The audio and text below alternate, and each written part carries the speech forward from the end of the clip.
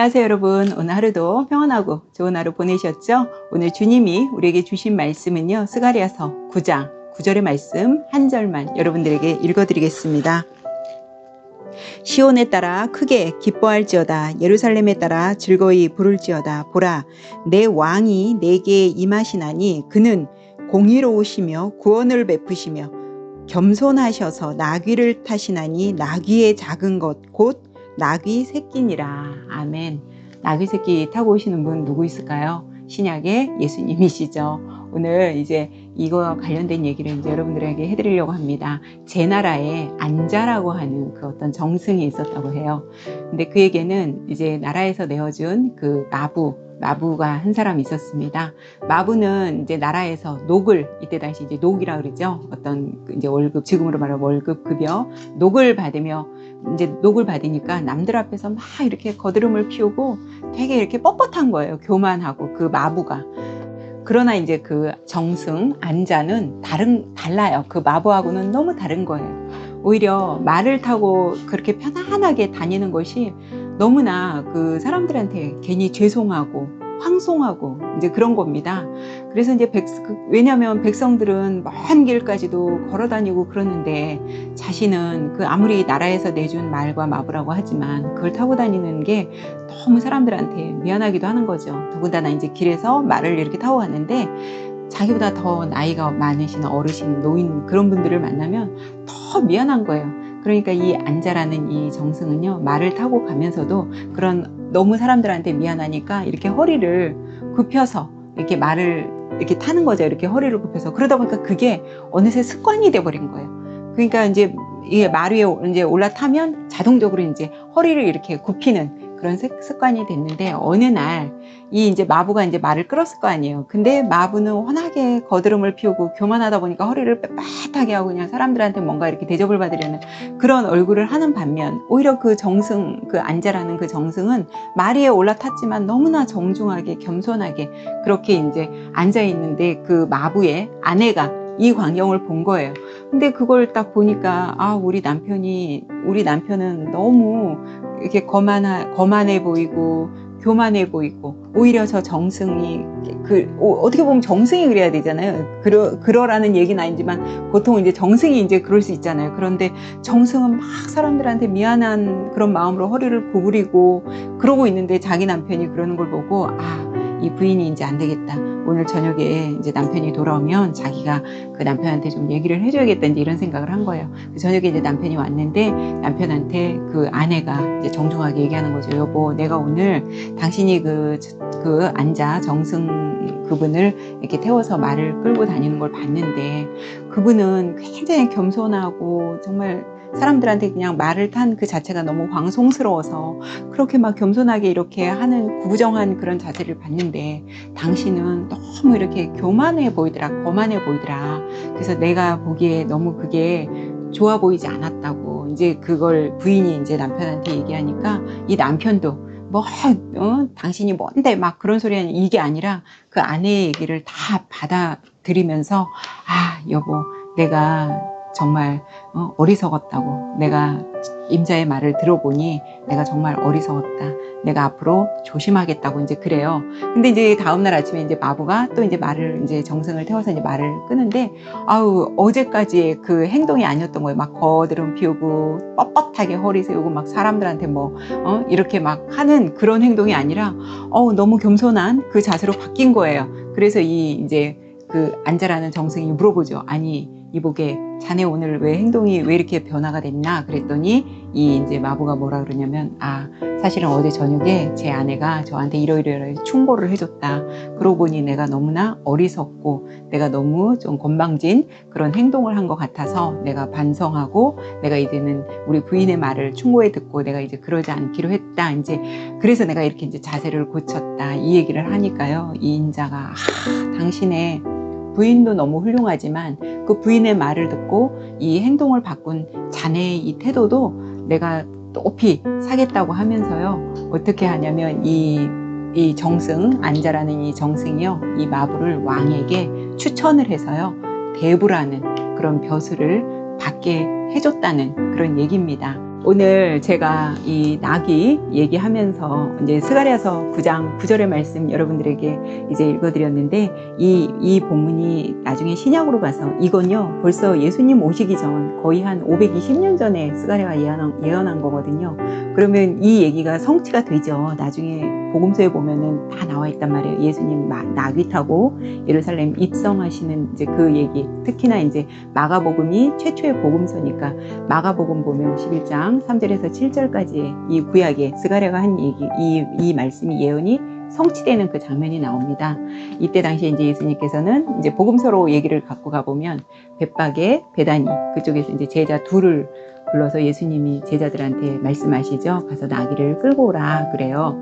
근데 이제 그러니까 이 예수님은 하나님의 어떤 그 주권과 계획 안에서 예수님이 그냥 진짜 하시는 거예요. 왜냐면 이 구약이 벌써 예수님 오시기 한 520년 그 전에 스가랴가 한 예언대로 예수님도 하나님의 그 어떤 주권과 계획 안에서 예수님도 하나하나 지금 길을 걸으시는 거거든요. 이 스가랴에서 보면 아까 두 가지를 칭찬을 하죠. 하나는 겸손하셔서 그 다음에 나귀를 타고 오신다 그랬어요. 오실 분이, 메시아가 오실 분이. 그것처럼요, 이 나귀라는 동물은요, 그 어떤 섬김과 봉사를 상징하는 동물이라고 합니다. 그래서 예수님께서 정말 이 스가랴의 예언대로 겸손하셔서 나귀를 타고 오시잖아요. 근데 왜 하필 나귀일까? 라고 이제 여러분들 의문 가지시는 분 있잖아요. 이거는 이스라엘의 역사를 이제 여러분들이 아시면 왜 예수님이 나귀를 타고 오셨는지 압니다.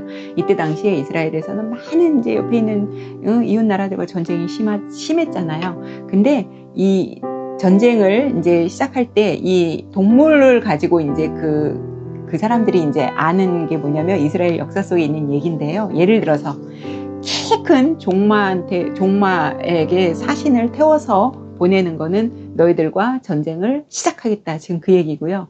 이렇게 작은 나귀에 사신을 태워 보내는 건 전쟁할 의사 없다. 너희와 우리가 화친을 맺자. 이런 뜻이라고 합니다. 그러니 이 나귀라는 동물이 아까 섬김과 봉사라고도 했고 예수님은 이 땅에 오신 게 무슨 막 전쟁을 하고 이러려고 오신 게 아니잖아요. 정말 우리에게 자유, 평화, 화평을 주시려고 오신 거잖아요. 그러니까 이 이스라엘의 그 어떤 역사, 큰 종마를 타고 오느냐, 나귀를 타고 오느냐는 또 그런 속뜻이 있다는 거를 여러분 아셨으면 좋겠습니다. 그래서 이 예수님이 이제 사람들은 예수님이 지금 나귀를 타고 어쨌든 막 이제 예루살렘에 입성하시는데 예수님은 지금 예루살렘으로 입성을 왜 하시는 거예요? 예수님의 어떤 이제 십자가 예수님 죽으러 가시는 거예요, 지금 예루살렘에. 그런데 사람들은 어떻게 생각해요?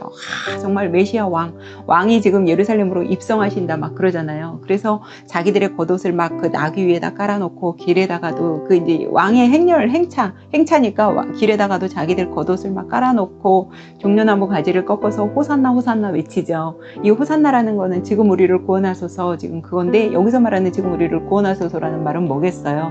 정말 그 구원이라는 걸 제대로 알고 막 말했다기보다는 우리가 지금 로마 통치 아래 있으니 우리에게 좀 자유를 달라, 가난으로부터 벗어나게 해달라, 이런 제국들로부터 우리를 좀 그런 제국 밑에서 우리 압제를 좀 풀어줘라, 지금 그거거든요. 그래서 막 이제 종려나무 가지를 흔들면서 호산나 호산나를 외치면서 이들이 기다린 건 정치적인 메시아가 와서 우리 예전에 다윗 때 우리 다윗 왕국 얼마나 이 모든 진짜 다윗 왕국이 최고였잖아요.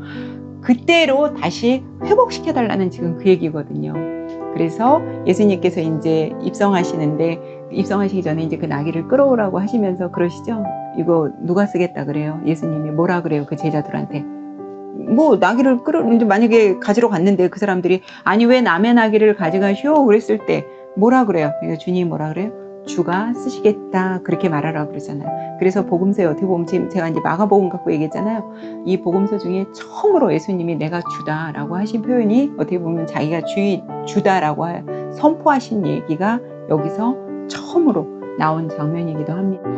하나님은 아주 섬세하세요. 세밀하시고요. 보세요 여러분, 나귀 새끼 한 마리까지도 구원의 역사를 위해서 계획하고 그것에 맞게 하나님 사용하시잖아요. 예수님 또 하나님 정말 구약 성경에서부터 그런 예언자들이 말한 예언 그대로 예수님 하나도 어기지 않고 그 계획 안에서 주권 안에서 예수님 다 행하시는 거 아마 여러분 볼 수 있을 것입니다. 하나님의 주권을 인정해야만 우리도 참된 용서를 받을 수 있는 겁니다. 그래서 아까 그 안자 정승이 그렇게 나라에서 준 마부 그걸 타면서도 사람들 앞에서 자기가 정말 이 다 걸어 다니는 사람들 앞에서 자기가 말을 타고 다니는 것이 황송하고 죄송해서 낮아진 것처럼 우리 예수님만큼 또 이 세상에 오셨는데 그 정말 하늘에 그 보좌 우편에 앉아 계시는 그분이 이 땅에 오셔서 정말 낮아질 대로 낮아지고 제일 아주 그 당시에 제일 극한 형 십자가형을 받으셨잖아요. 그래서 여러분 요즘은 제 주변에도 많이 이제 말씀으로 변화되는 분도 저도 많이 보고요. 저도 마찬가지고요. 뭐 누차 여러 번 말씀드렸지만 저도 말씀이 아니었다면 이렇게 변화되지 않을 사람 중에 한 명이라고 저도 여러분 누차 말씀드렸죠. 말씀만이 우리를 변화시킬 수 있고 말씀만이 우리를 낮아지게 말씀만이 우리를 겸손하게 그렇게 할 수 있습니다. 그러나 이게 영원히 이렇게 가면 얼마나 좋겠어요. 또 조금씩 이게 또 어느새 나도 모르는 사이에 또 교만이 올라오고 또 조금 있으면 또 올라오고 하거든요. 그래서 계속 말씀으로 또 치고 해야만이 우리도 낮아질 수 있는 걸 저도 세상 깨닫습니다. 여러분 높이 올라가려고 하지 마세요. 높이 올라가면 언젠가는 떨어지는 날이 있잖아요. 그러니까 그냥 우리가 있는 그 자리에서 최선을 다하고 우리가 있는 그 자리에서 주를 위해서 우리가 할 수 있는 일이 무엇일까라고 생각하며 여러분 오늘도 주무시기 전에 한번 묵상해 보시고 오늘도 편안하고 좋은 밤 되세요. 우리는 내일 뵙겠습니다.